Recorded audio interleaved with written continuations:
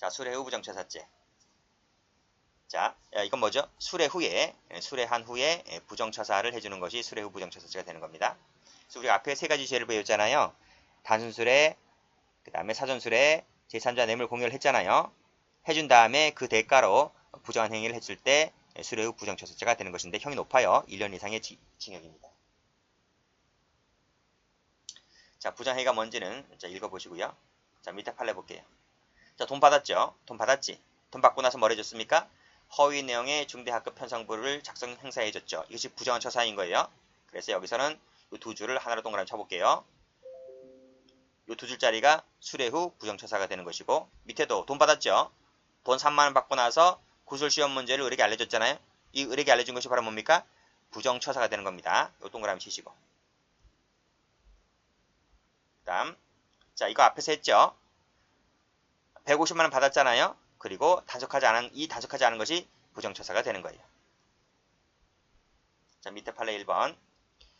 규명이 명확하지가 않았다. 그 다음에 확립된 선례도 없었다. 이런 점이 가만히 되었고, 그래서 결국 위 감액 처분이 위법해야 되는데 위법하지만 않다면 파란색으로 그때는 부정처사라고 볼 수가 없다는 게 판례입니다. 자, 죄수입니다. 자, 이 판례 중요한 판례인데요. 자, 별표를 한번 쳐봅니다. 자, 이 판에 나오자마자 출제가 여러 번 됐던 것인데요. 자, 먼저 수뢰 후 부정처사죄에서, 자, 수뢰 후 부정처사죄라고 하는 것은 수뢰한 후에 나중에 돈을 받는 거잖아요. 그래서 이 수뢰 후라는 말의 의미는 밑에 보면 반드시 빼고 뇌물수수 등의 행위가 완료된 이후에 부정행위가 이루어짐을 의미하는 거죠. 이게 일반적으로. 근데 반드시 그렇지는 않다는 거예요. 반드시 그건 아니고 밑에처럼 수수행위 등의 행위를 하던 중에 중자입니다. 하던 중에 부정한 행위, 즉 돈을 받았다 할지라도 이것도 수뢰 후 부정처사죄로 간다 하는 것이죠. 자, 이 부분 조심하셔야 돼요. 따라서 밑에 보면 부정한 행위가 이루어졌고 피해법규 동의를 하다면 최후의 부정한 행위 이후에 저질러진 뇌물수수 행위도, 자, 이후입니다. 행위도 최후의 부정한 행위 이전에 뇌물수수 행위와 부정한 행위와 함께 뭐가 될 수 있다? 포괄일죄가 될 수도 있다. 이런 말이죠. 그러니까 이 친구가 부정한 행위 이후에 저질러진 것도 있었고, 그러니까 완료된 이후에 돈 받은 것도 있었고 중에 돈 받은 것도 있었다는 겁니다. 그 이후와 중에 받은 각각이 뭐 여기처럼 이러이러한 관계가 있고 인과관계도 있고 피해법규도 동일하다면 각각 별죄, 죄가 따로따로 성립하는 것이 아니라 포괄일죄다. 이것도 수뢰 부정처사죄, 이것도 수뢰 부정처사죄가 되는 것이기 때문에 포괄일죄, 일죄다. 이렇게 보는 것이 판례입니다. 잘 봐두세요. 그래서 문제에 나와 있죠? 문제 보면 여기 15회까지 그리고 이후에도 2번을 더 받았죠? 라고 했을 때 이 15회와 2회를 합쳐서 포괄일죄다. 이렇게 보시면 돼요. 그래서 우리 판례도 16번, 17번 행위도 나머지 행위와 함께 포괄일죄를 이루었다. 이렇게 보았던 판례입니다. 부정처사 후 수뢰죄는 뭐예요? 부정처사가 먼저 있고 수뢰가 나중에 있는 거예요. 자, 그런 취지로 이해하시면 될 것 같고, 밑에 판례 보시면 사단법인 이사이자 지회장인 갑은 50매를 함부로 교부해주고 사례금조로 20만원을 받았다 그랬습니다. 그러니까 부정처사가 먼저 있죠? 함부로 교부해줬다는 부정처사가 먼저 있고 돈 나중에 받았죠? 그래서 부정처사 후 수뢰죄가 되는 거예요. 밑에 보시면 확인도 하지 아니한 채 함부로 교부하였다. 함부로 교부가 바로 뭡니까? 빨간색으로 부정처사가 되는 거죠. 그 다음 공사 입출 예정 가격을 입찰자에게 알려주었는데 전석시 전별금 명목으로 금원을 받았다 그랬습니다. 그렇죠? 그랬을 때 사후 수뢰죄가 되는 거죠. 부정처사 후 수뢰죄가 되는 거죠. 미리 알려주었다는 것이 부정처사가 되는 것이고 돈 받은 것이 수뢰가 되는 겁니다. 자, 다음 판례입니다. 자, 이 판례도 설명을 드린 바 있는데, 자, 공동정범입니다. 이 공동정범이 다른 공범으로부터 일부를 받았다는 얘기잖아요. 공범끼리 주고받는 것은 뇌물이 아닙니다. 그래서 밑에도 공동정범들 사이의 내부적 이익 분배에 속하지 이것 자체가 뇌물이 아니기 때문에 뇌물수수죄는 되지 않는다 이 뜻입니다. 그래서 우리 지금까지 공범끼리 주고받는 것을 총 3번 배웠습니다. 자, 공범끼리 주고받는 것은 내부적 이익 분배에 불과하다는 것을 알아두시고, 자, 다음 보시게 되면 사후수뢰죄는 이었던 자가 청탁을 받고 부정한 행위를 한 후에 뇌물을 수수 요구 약속했을 때 사후수뢰죄. 그쵸? 퇴직한 후에 수뢰하는 것이 바로 사후수뢰죄가 됩니다. 자, 알선수뢰죄입니다. 먼저 132조. 자, 공무원이네요. 공무원만 되고 중재는 되지 않습니다. 자, 지위를 이용하여 다른 공무원의 직무에 속한 사항, 그쵸? 여기 알선을 해주죠. 알선을 해주는 대가로 뇌물을 수수, 요구, 약속하면 알선수뢰죄가 성립을 하게 됩니다. 자, 무슨 얘기냐? 노트를 펴볼게요. 노트는 156페이지. 자, A라는 사람이 있어요. A는 갑을 알지만 을을 알지 못해요. 자, A가 갑에게 부탁을 좀 하죠. 그쵸? 뭐 좀 해달라고 하니까 갑은 그런 권한이 없고 그런 권한이 있는 을을 소개를 시켜줍니다. 그쵸? 즉 공무원 갑이 자신의 지위를 이용하여 을을 알선해 준다고요. 그 대가로 A로부터 뇌물을 수수, 요구, 약속하면 여기서 뇌물죄는 기수가 되는 거예요. 됐죠? 자, 여기서 갑과 을의 관계를 좀 볼게요. 갑은 자신이 공무원이라는 그 지위를 이용하여 을을 알선해 준다. 이때 이거 지위를 이용했다고 했지 않습니까? 그 지위라고 하는 것은 법률상, 사실상 영향력을 미칠 수 있을 정도이면 된다는 것이 판례예요. 여기서 영향에다가 색깔 칠할게요. 자, 두 번째는 이 갑과 을은 반드시 상하관계, 협동관계, 감독 권한이 있음을 분류한다. 요하지 않습니다. 물론 대부분은 상하관계, 협동관계, 감독 권한 등이 있는 것이 대부분이겠지만 반드시 그런 것은 요하지 않고요. 대신 친구, 친족은 안 돼요. 판례는 친구, 친족은 안 된다고 보고 있습니다. 두 번째, 이 알선을 좀 볼게요.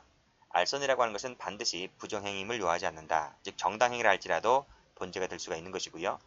장래 것이라도 무방하다는 것이 판례예요. 그 다음 두 번째는 이 을이란 사람인데요. 을은 결재권이 있든 없든 관련이 없어요. 을은 그냥 자신이 맡고 있는 직무가 자신의 직무라고 하는 것만 족한 것이지 반드시 결재권이 있음을 요하지 않는다는 것도 판례입니다. 자, 됐죠? 자, 여기서 기본소 갑니다. 자, 밑에 주체 볼게요. 자, 본죄의 주체가 되려면 당의 직무를 처리하는 공무원과 직접적, 간접적 연관관계를 가지고서 법률상, 사실상이라를 막론하고 어떠한 영향력, 빨간색 동그라미, 영향력을 미칠 수 있을 정도면 된다. 그거 봤습니다. 이 지위 이용이라고 나와 있잖아요. 이 지위 이용이라고 하는 것이 그 다른 공무원에게 영향력을 미칠 수 있을 정도이면 된다는 것이 판례라고요.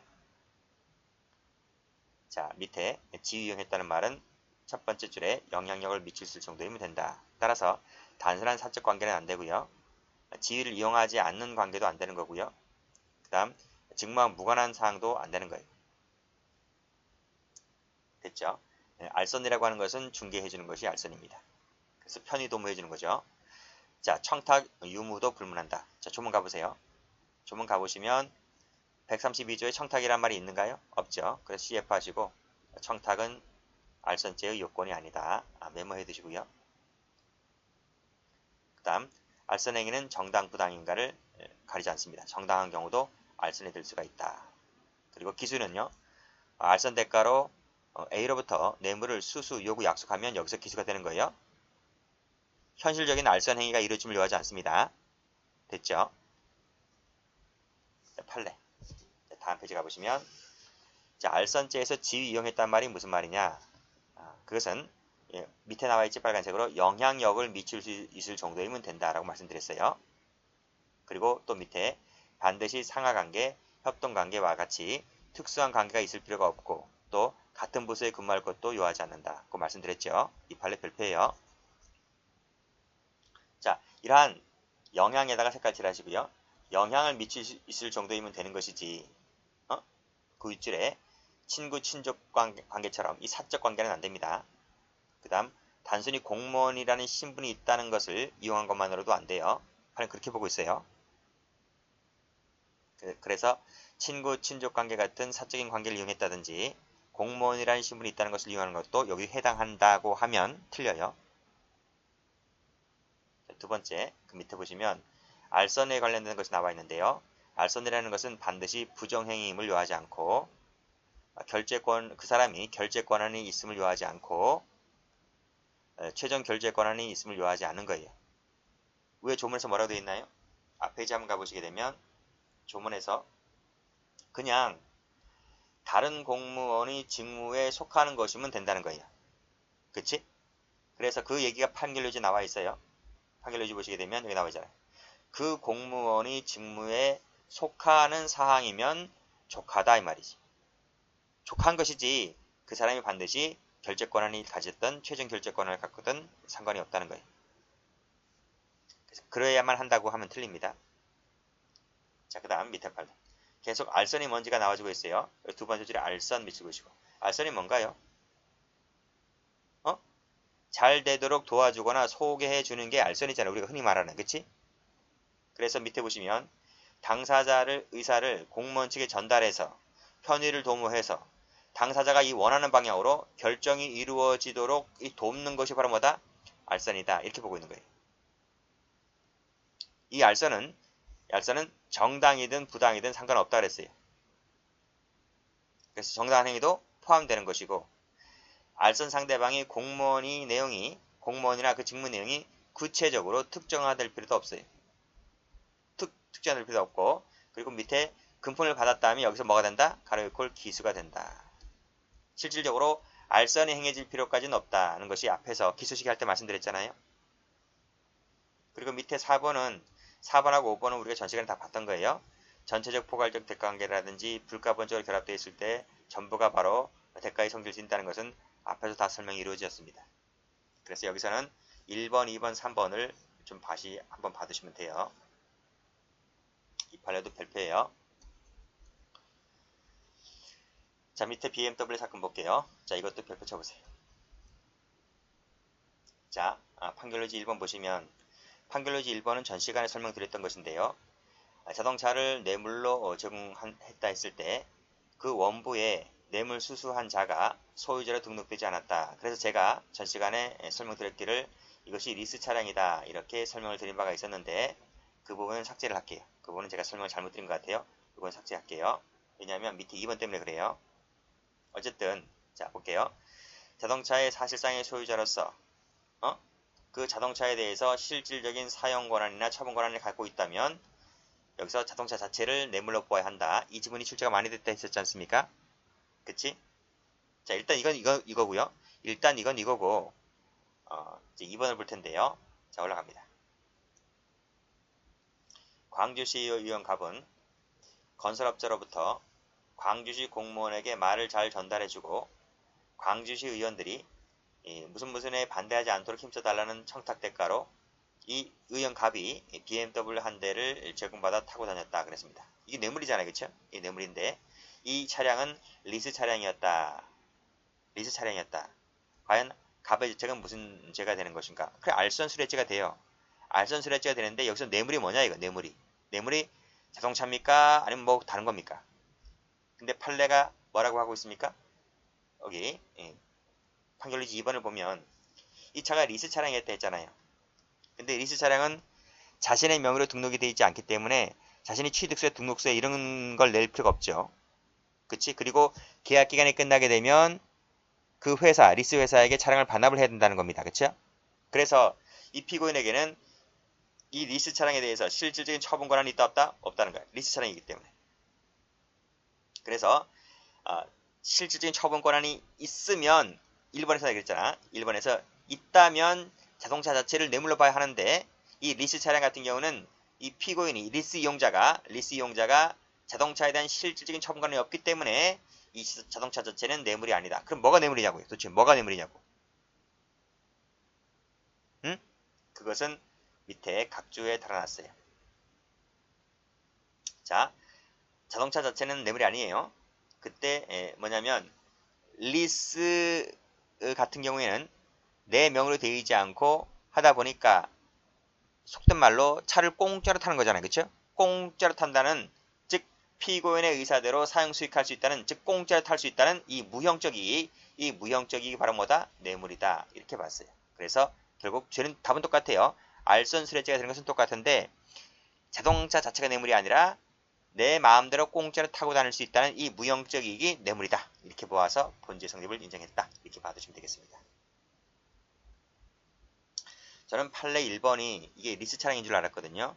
근데 밑에 2번에 리스 차량 판결이 지금 나오다 보니까 아 이건 1번이 리스 차량이 아닌 거구나. 그럼 다른 어떤 사실관계를 말하고 있는 것 같은데 그건 아직 제가 잘 모르겠어요. 일단 전 시간에 설명드렸던 리스 차량이라고 하는 1번 지문은 삭제를 할게요.